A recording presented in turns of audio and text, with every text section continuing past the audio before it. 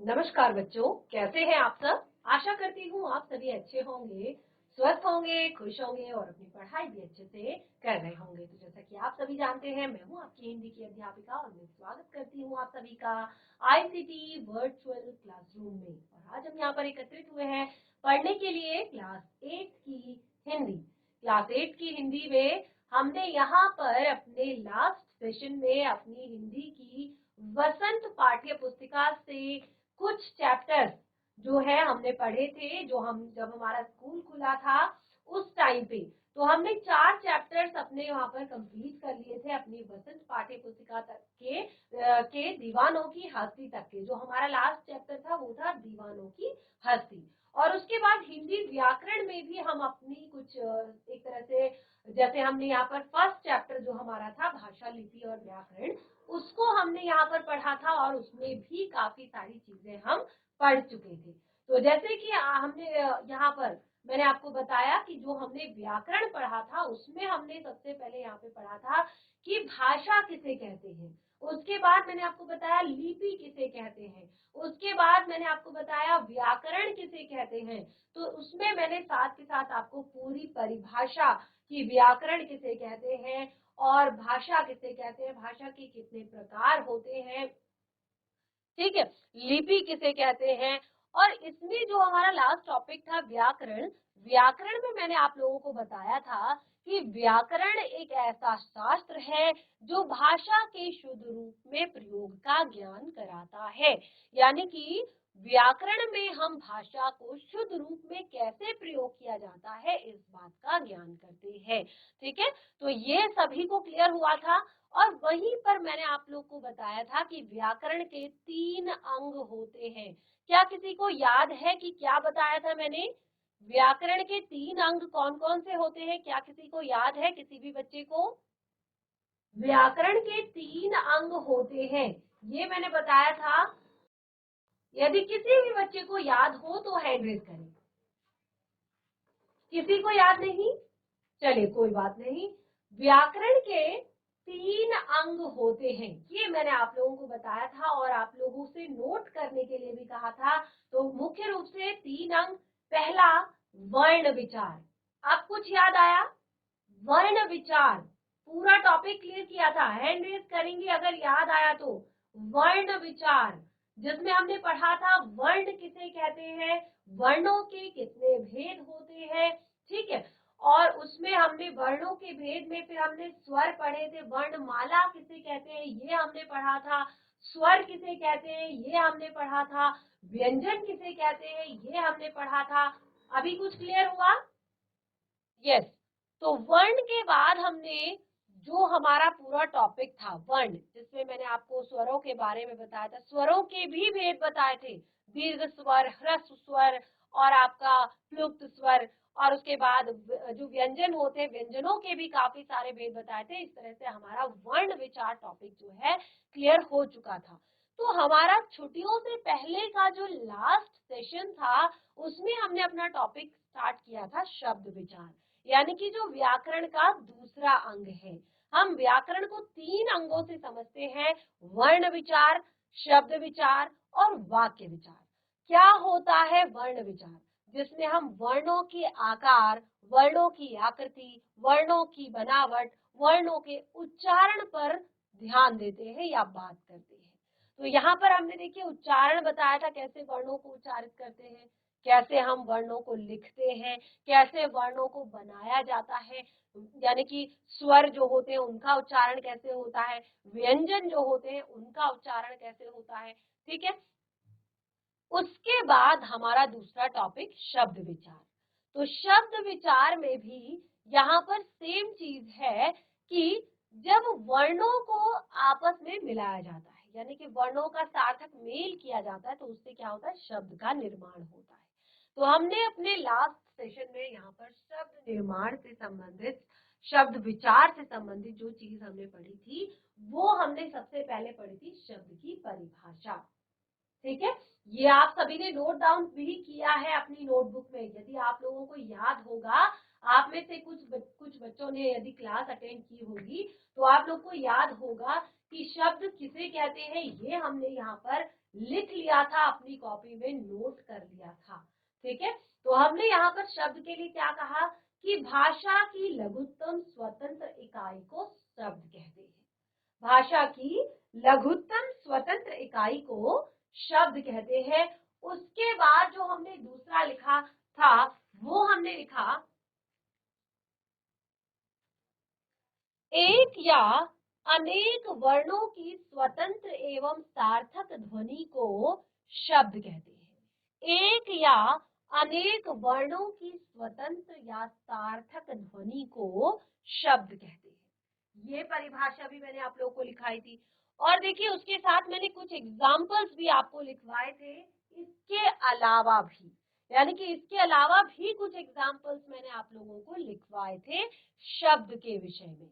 ठीक है, तो शब्द किसे कहते हैं, एक तरह से ये लास्ट सेशन में आप लोगों को क्लियर हो चुका था, शब्द की परिभाषा क्लियर हो गई थी। और उसके बाद देखिए अगर आप ये नोट डाउन कर रहे हैं तो फटाफट से आप इसको नोट डाउन कर लीजिए।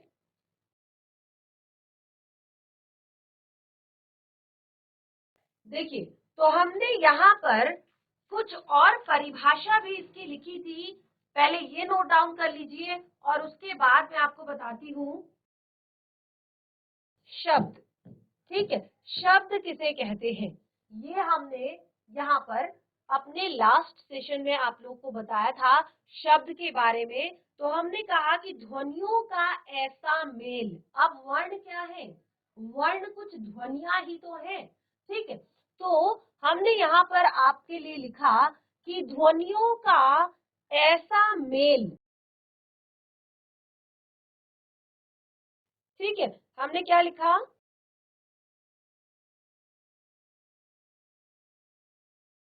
ध्वनियों का ऐसा मेल। ठीक है, ध्वनियों का ऐसा मेल जिसका कोई निश्चित अर्थ होता है, जिसका कोई निश्चित अर्थ होता है।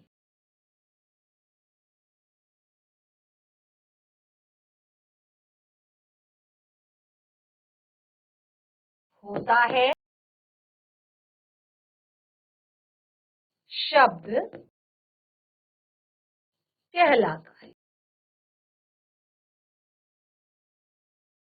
ठीक है, ये हमने वहां पर लिखा था। और उसके बाद मैंने आप लोगों को एग्जाम्पल भी बताए थे, जैसे मैंने क्या कहा, सार्थक मेल। ठीक है, हमने कहा कि ध्वनियों का या वर्णों का सार्थक मेल। तो अब जैसे देखिए हमने यहाँ पर मेल कराया, जैसे ये आपका ह, उसके बाद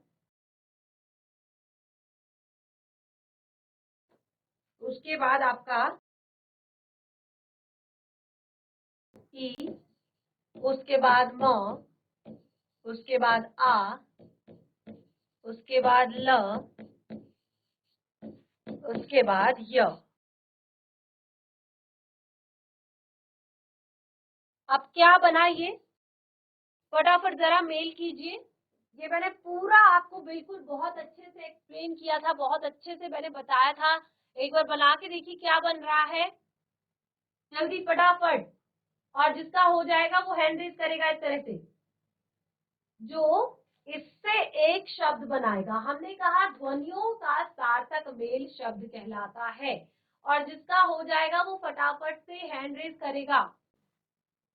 यस, जीआईसी फाटा, बच्चा फटाफट माइक लेंगे, जीआईसी फाटा। यस, फटाफट माइक लेंगे जीआईसी फाटा, और माइक को पहले से रेडी रखिएगा बच्चे। Good morning ma'am. Very good morning ma'am इसका आंसर हिमालय होगा। वेरी गुड, बहुत अच्छे। तो हमने कहा ध्वनियों का ऐसा मेल जिसका कोई निश्चित अर्थ होता है। अब देखिए कुछ भी नहीं मिलाना है, ऐसे शब्दों को हम मेल करेंगे जिसका निश्चित अर्थ होता है। बहुत अच्छे बच्चा, क्या नाम है आपका? मैम आशीष। यस, वेरी गुड आशीष। बैठ जाइए, सभी बच्चों ने लिख लिया होगा। Thank you ma'am. यस, तो हमने कहा ध्वनियों का ऐसा मेल जिसका निश्चित अर्थ होता है। अब देखिए, आप लोग को लग रहा होगा कि ये तो बहुत इजी टॉपिक है, ये हम छोटी क्लासेस में पढ़ते हैं, पर अगर मैं अभी किसी से पूछ लूं ना यहाँ पर कि कितने प्रकार के शब्द होते हैं, और उनसे भी अगर आप लोग को अगर ये भी यहाँ तक ये भी पता होगा ना कि एकार्थी क्या होते हैं, पर्यायवाची क्या होते हैं, विलोम क्या होते हैं, ये भी नहीं पता होगा कई बच्चों को, और यहाँ पर क्लास में ध्यान नहीं देते हैं बच्चे। आपके लिए इतना सुनहरा, इतना अच्छा मौका यहाँ पर है कि आपको स्कूल टीचर्स के साथ साथ आपकी एक्स्ट्रा क्लासेस एक तरह से यहाँ पे चल रही है। जो चीजें आप वहाँ नहीं समझ पा रहे हैं वो यहाँ से पढ़ रहे हैं, जो यहाँ नहीं समझ पा रहे हैं वो वहाँ से पढ़ रहे हैं, तो उसका बहुत अच्छे से आप लाभ लीजिए। और आज फर्स्ट डे है स्कूल का, आपको अच्छे से पढ़ाई करनी चाहिए, आपको एक अपना पूरा नियम बनाना चाहिए कि मुझे कैसे पढ़ाई करनी है, कैसे मुझे ये पूरा साल अपना निकालना है, कैसे मुझे अपनी क्लास में सबसे अच्छे नंबर लेकर आने हैं। काफी सारे बच्चे बहुत अच्छा करते हैं, लेकिन काफी स्कूल जो है वो बहुत एक तरह से बिल्कुल भी रिस्पॉन्सिबल नहीं होते हैं अपनी क्लास के लिए, काफी बच्चे जो होते हैं क्लास में। चलिए, तो और एक और शब्द हम यहाँ पर लेंगे, जैसे कि बच्चे ने बताया कि इसका जो सही शब्द बनेगा वो होगा हिमालय, क्योंकि मैंने आप लोगों को बहुत अच्छे से बताया था कि जितने भी हमारे व्यंजन होते हैं, जितने भी हमारे व्यंजन होते हैं उनका उच्चारण स्वरों की सहायता से होता है। पता है कि नहीं पता है? पता है आप सभी को ना कि जो व्यंजन होते हैं उनका उच्चारण किससे होता है? स्वरों की सहायता से होता है। ठीक है, अब जैसे मैंने यहाँ पे ल लिखा, तो ल के बाद मैंने क्यों लिखा अ? क्योंकि ल, उच्चारण कीजिए ल, किसका स्वर आ रहा है लास्ट में? अ का स्वर आ रहा है। ठीक है, यही चीजें हमने पढ़ी है वर्ण विचार में कि कैसे उच्चारण करते हैं हम वर्णों का।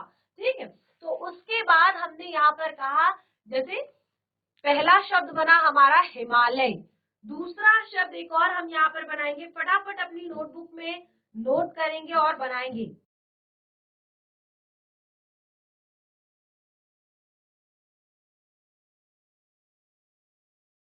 ठीक है, चलिए बनाइए फटाफट। मैं क्या लिख रही हूँ यहाँ पर?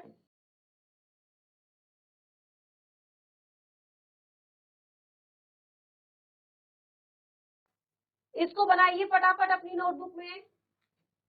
यस, जीआईसी निरंजनपुर, माइक ले लीजिए बच्चा फटाफट। यस, दोबारा बोलिए बच्चा, आपको अनम्यूट कर दिया गया है। पहाड़। वेरी गुड, बहुत अच्छे। नाम क्या है आपका? वर्षा। वेरी गुड वर्षा, बहुत अच्छे। बहुत जल्दी सभी बच्चों ने, मुझे पता है जो बच्चे ध्यान देते हैं ना वही बच्चे हैंड रेज करते हैं, और कोई भी बच्चा हैंड रेज नहीं, यानी कि जैसे दूसरे स्कूल से जो बच्चे मैं जिनको देख रही हूँ कि जो नहीं लिख रहे हैं वो सुन भी नहीं रहे, उनको कोई मतलब नहीं है, लेकिन जो लिख रहे हैं, जो ध्यान दे रहे हैं, वो हैंड रेज भी कर रहे हैं, आंसर भी दे रहे हैं। वेरी गुड वर्षा, बैठ जाइए बच्चा, बहुत अच्छी। ठीक है, तो एक तरह से ये रिवीजन भी हो रहा है कि आपने वर्ण विचार टॉपिक में क्या पढ़ा था। ठीक है, तो यहाँ पर हमने पहाड़ शब्द को हमने किस तरह से लिखा है, एक तरह से हमने यहाँ पर ध्वनियों का मेल किया है, और आपका जो सही आंसर यहाँ पर है वो है पहाड़। ठीक है, तो इस तरह से क्लियर हो गया, कंफर्म हो गया, ध्वनियों का ऐसा मेल जिसका कोई निश्चित अर्थ होता है शब्द कहलाता है। अब देखिए, ये तो एक तरह से रिवीजन भी हो गया वर्ण विचार का, और साथ ही साथ आपको शब्द की परिभाषा भी क्लियर हो गई। अब हम बढ़ेंगे आगे। ठीक है, तो अब शब्द कितने प्रकार के होते हैं? ठीक है, शब्द कितने प्रकार के होते हैं, जिस तरह से हमने बताया कि वर्ण कितने प्रकार के होते हैं, वर्णों में मैंने आपको बताया दो प्रकार के होते हैं, स्वर और व्यंजन। उसमें भी हमने स्वरों के भेद भी बताए थे, दीर्घ स्वर, ह्रस्व स्वर, प्लुप्त स्वर। उसके बाद व्यंजनों को भी मैंने क्लियर किया था आप लोगों के लिए, आप सभी ने वो भी लिखा था। ठीक है ना, तो इसी तरह से अब हम शब्द के भेद भी जानेंगे, यानी कि शब्द कितने प्रकार के होते हैं। ठीक है, तो देखिए शब्द की परिभाषा क्लियर हो गई है। अब शब्द के प्रकार यानी कि शब्दों का वर्गीकरण कैसे होगा। देखिए इसमें एक और चीज हमने पढ़ी थी, शब्द भंडार। तो ये मैंने आपको लास्ट हमारा जो सेशन था उसमें बताया था कि शब्द भंडार किसे कहते हैं। जितने भी शब्द भाषा में प्रयोग किए जा सकते हैं या जाते हैं उन सभी को हम उस भाषा के शब्दों का शब्द भंडार कहते हैं। ठीक है, और इसमें कुछ नए जुड़ते रहते हैं, कुछ पुराने हटते रहते हैं। ये भी मैंने कंफर्म कराया था आप लोगों को और आप लोगों ने लिखा भी है। जिसे एक बार लिखना होगा उसको मैं बता दूंगी फिर से। आप चलिए शब्दों के वर्गीकरण पर। काफी सारे बच्चे नोट डाउन कर रहे थे मुझे पता है, लेकिन बच्चों ये मैंने लास्ट सेशन में आपको पढ़ा दिया था, कोई बात नहीं, लेकिन मैं फिर से बता दूंगी आपको, आप नोट डाउन कर लीजिएगा। जो मेन टॉपिक है वो आता है शब्दों का वर्गीकरण। यहाँ से हम पढ़ेंगे शब्दों को हर एक तरह से। ठीक है, तो शब्दों का वर्गीकरण, ये हेडिंग आप डाल लीजिए कि शब्दों को हम कितने भागों में बांटते हैं, कितने प्रकार के होते हैं हमारे शब्द। तो सबसे पहले इसमें आता है शब्दों के वर्गीकरण में अर्थ की दृष्टि से, यानी कि अर्थ की दृष्टि से शब्द कितने प्रकार के होते हैं। ये हमने काफी सारी चीजें यहाँ पे पढ़ ली थी लास्ट सेशन में। इसमें मैंने बता दिया था आपको कि एकार्थी शब्द क्या होते हैं, अनेकार्थी शब्द क्या होते हैं, पर्यायवाची क्या होते हैं, विलोम क्या होते हैं। कोई भी बच्चा हैंड रेज करके बता सकता है मुझे कि एकार्थी किसे कहते हैं, अनेकार्थी किसे कहते हैं, पर्यायवाची किसे कहते हैं, विलोम किसे कहते हैं। हैंड रेज करेगा जिसको भी थोड़ा बहुत भी पता है इन सब के बारे में, कोई भी बच्चा। यस, जीआईसी फाटा से हैंड रेज आ रहा है, बच्चा फटाफट माइक लेंगे।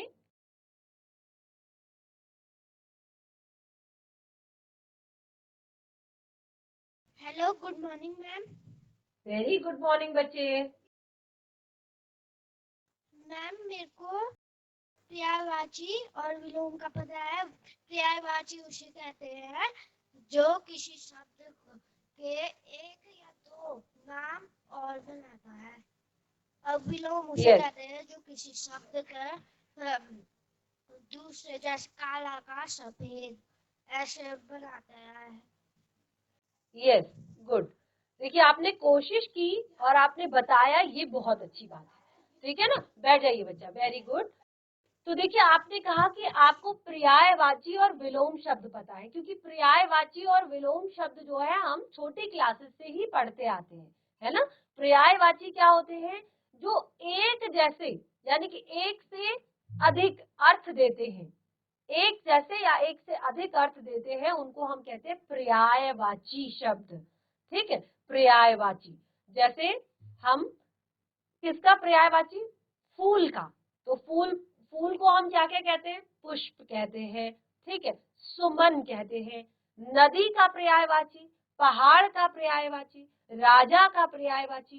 ठीक है, एक से अधिक जिसके हम एक जैसे अर्थ दें। अभी मैं आपको ये पूरे डिटेल में बताऊंगी और काफी सारे पर्यायवाची मैंने बताए भी थे आप लोगों को, और काफी सारे विलोम शब्द। यदि आपको याद होगा लास्ट जो हमारा सेशन एंड जब हुआ था, यानी कि पिछले जो हमारा अप्रैल में हमने छुट्टियों से पहले पढ़ा था, तो मैंने बहुत सारे पर्यायवाची और बहुत सारे विलोम शब्द आपको बताए थे। और जितनी ज्यादा आप याद करेंगे ना, आपका शब्दकोश भी बढ़ेगा। ठीक है, तो ये चीजें बहुत ज्यादा महत्वपूर्ण होती है। और विलोम, जैसे आपने सही बताया कि विपरीत अर्थ प्रकट करने वाले शब्दों को विलोम शब्द कहते हैं। किसी भी शब्द का जो विपरीत अर्थ बताता है, जैसे दिन का रात। ठीक है, एक तरह से सुख का दुख, राजा रंग। ठीक है, इस तरह से जो विपरीत अर्थ देते हैं। अब क्या होते हैं, अनेकार्थी शब्द। पहला है यहाँ पर अनेकार्थी शब्द। ये सब अर्थ की दृष्टि से है, यानी कि अर्थ की दृष्टि से एक शब्द के कितने कितने अर्थ निकल सकते हैं, उसकी दृष्टि से यहाँ पर चार तरह के शब्द बताए हैं। एक को कहते हैं एकार्थी, अनेकार्थी, पर्यायवाची और विलोम। एकार्थी, नाम से ही पता चल रहा है, कुछ भी रटना नहीं है। एकार्थी यानी कि केवल एक अर्थ जिसका निकलता हो उसे कहेंगे एकार्थी। पूरा डिटेल में बताऊंगी मैं आप सभी को। दूसरा है अनेकार्थी। अनेकार्थी यानी कि एक से अधिक अर्थ, एक से ज्यादा अर्थ। अब जैसे यहां पर क्या लिखा हुआ है, कर, ठीक है, तो कर का अर्थ होता है हाथ और कर का अर्थ होता है टैक्स। आप सभी को पता होगा ना, टैक्स भरते हैं जो, ठीक है, कर, इनकम टैक्स नहीं बोलते आप, तो वही है राजस्व कर, ठीक है। तो यहाँ पे कर का अर्थ होता है हाथ, कर का अर्थ होता है टैक्स। अंक, अंक का अर्थ क्या होता है, एक तो होगा आपका नंबर, ठीक है, अंक कहते हैं कितने अंक आए हैं, और दूसरा है आपका गोद,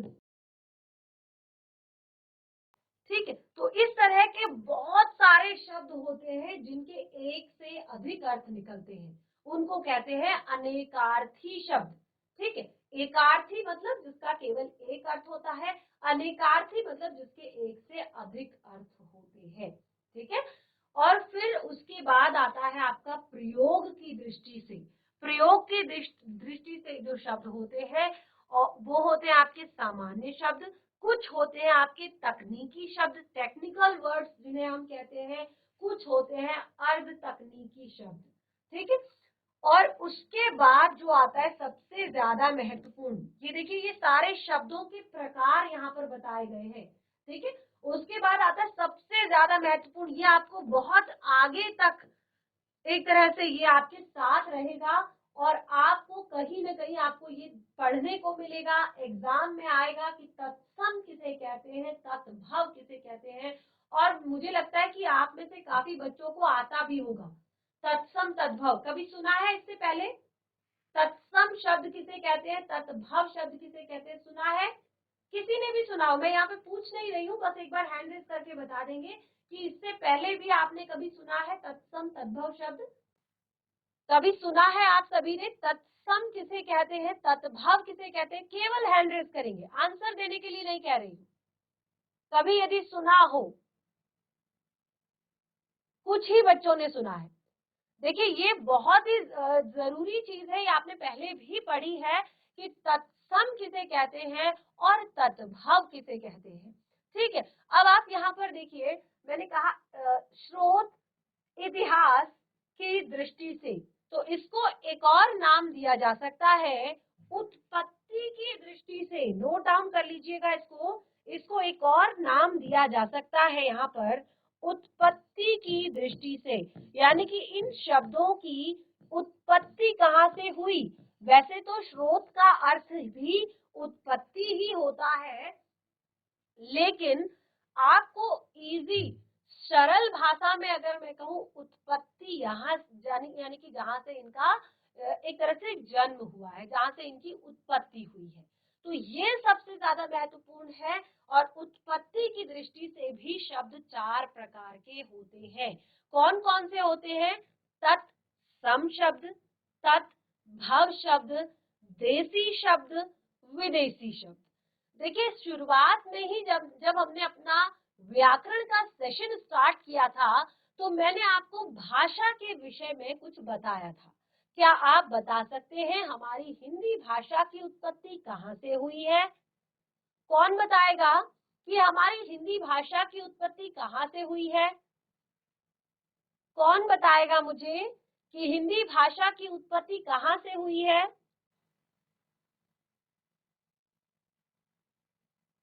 यस, जीआईसी पाटा से हैंड रेज आ रहा है, पीछे कोई बच्चा हैंड रेज कर रहा है, जीआईसी पाटा। क्या आप बताएंगे हिंदी भाषा की उत्पत्ति कहाँ से हुई है? देखिए जो हमारी ये हिंदी भाषा है, इसकी जो उत्पत्ति हुई है वो संस्कृत से हुई है। ध्यान रखिएगा, याद रखिएगा, हिंदी भाषा की उत्पत्ति जो हुई है वो संस्कृत से हुई है। किससे हुई है? सब एक साथ बोलेंगे, हिंदी भाषा की उत्पत्ति किससे हुई है? संस्कृत से हुई है, ठीक है ना? किससे हुई है? संस्कृत से हुई है। तो अब हमने कहा तत्सम शब्द, तत्भव शब्द, देसी शब्द और विदेशी शब्द। अब यहाँ पर दो शब्द बहुत ज्यादा महत्वपूर्ण है, वो है आपका तत्सम और दूसरा है आपका तद्भव। तत्सम, तत् अर्थात उसके, सम अर्थात समान, तत् अर्थात उसके, सम अर्थात समान। अब इसका आपको मीनिंग पता चल गया, तत्सम। हमारी हिंदी भाषा की उत्पत्ति हुई है संस्कृत से, तो उसमें कुछ शब्द तो है तत्सम। क्या है? तत्सम। तत् अर्थात उसके, सम अर्थात समान, यानी कि जो संस्कृत भाषा से बिल्कुल एज इट इज हिंदी में ले लिए गए हैं, उनमें कोई भी चेंज नहीं किया गया है, उनमें कोई भी परिवर्तन नहीं लाया गया है, उनको कहते हैं तत्सम। क्या कहते हैं? तत्सम। अब जैसे यहाँ पर शब्द है गृह, आप लिखते हैं ना कई बार गृह कार्य, लिखते हैं ना गृह कार्य, तो इसमें ग्रह का क्या मतलब है? ग्रह का क्या मतलब है इसमें? केवल एक ही स्कूल के बच्चे सिर्फ पढ़ रहे हैं क्या यहाँ पर? Yes, GIC Niranjanpur. GIC Niranjanpur बच्चा फटाफट माइक ऑन करेगा। घर। यस, ग्रह का मतलब है घर। बैठ जाइए बच्चा। तो हमने कहा तत्सम, तो ये जो ग्रह शब्द है ये संस्कृत का शब्द है, लेकिन हम इसको हिंदी में ऐसे ही प्रयोग कर लेते हैं और लिख देते हैं गृह कार्य। ठीक है, तो कुछ शब्द ऐसे हैं जिनको हम संस्कृत से हिंदी में यूज करते हैं, प्रयोग करते हैं, लेकिन उनमें कोई चेंज नहीं करते हैं। ठीक है, एक शब्द लिखा हुआ है सर्प। सर्प का क्या अर्थ होता है? सर्प किसे कहते हैं? यस, जीआईसी फाटा। यस, बोलिए बच्चा। हो गया है बच्चा, हो गया है। Yes, very good. सर्प यानी कि सांप। बैठ जाइए बच्चा। तो अब देखिए, सर्प है, ग्रह है, ठीक है। अश्व, अश्व शब्द का प्रयोग भी करते हैं हम, अश्व। अब कोई और बच्चा बताएगा। यस, जीआईसी फाटा से ही साइड में जिसने रिबन्स लगा रखे हैं वो बच्ची हैंड रेज कर रही है। यस बच्चा, माइक लेंगे फटाफट। जीआईसी फाटा।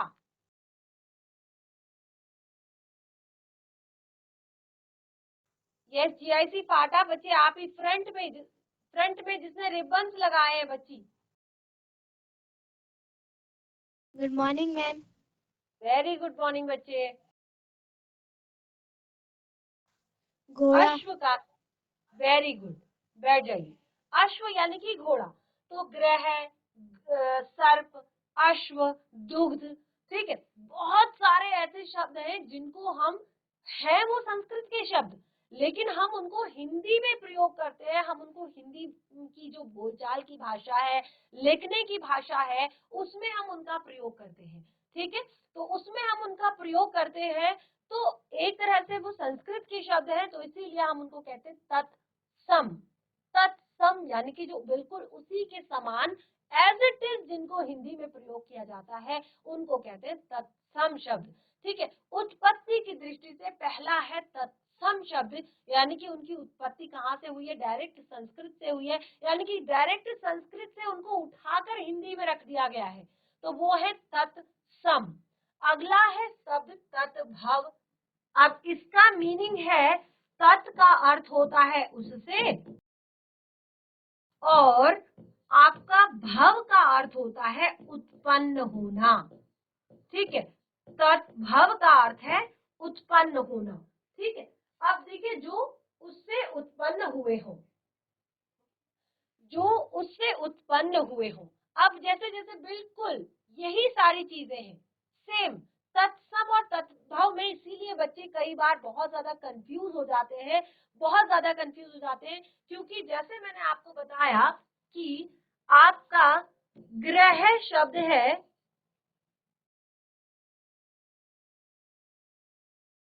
ग्रह शब्द है जिसका मीनिंग है घर। अश्व शब्द है जिसका मीनिंग है घोड़ा, ठीक है। उसी तरह से मैंने आपको बताया सर्प, जिसका मीनिंग है हिंदी में सांप, ठीक है। और उसी तरह से मैंने आपको बताया दुग्ध, जिसका मीनिंग है हिंदी में दूध, ठीक है। तो अब यहाँ पर आप देखेंगे, हमने कहा तत्भव, भव यानी कि जो उससे उत्पन्न हुआ हो। अब ये है आपके तत्सम और ये है आपके तत्भव। सब समझ आया आप सभी को? जो उसी का हिंदी रूप है, जो उन्हीं शब्दों का हिंदी रूप है, वो क्या है? तत्भव। वो क्या है? तत्भव। तो आज आपने जो भी पढ़ा है इसको घर पर जाकर एक बार रिवाइज करेंगे।